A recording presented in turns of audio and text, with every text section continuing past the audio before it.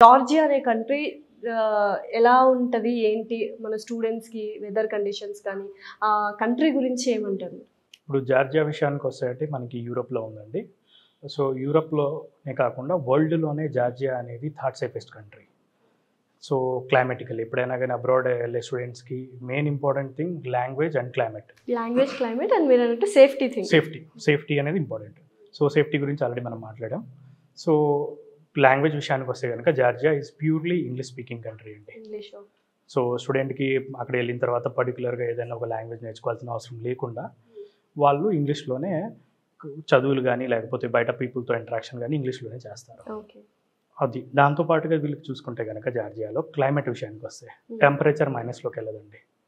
Temperature మన India ఏదైతే climate ఉందో same suitable to the Indian క్లైమేటే ఉంటుందన్నమాట. సో, ఎగ్జాక్ట్‌గా చెప్పాలంటే మనకి బెంగుళూరు క్లైమేట్ ఉంటుంది.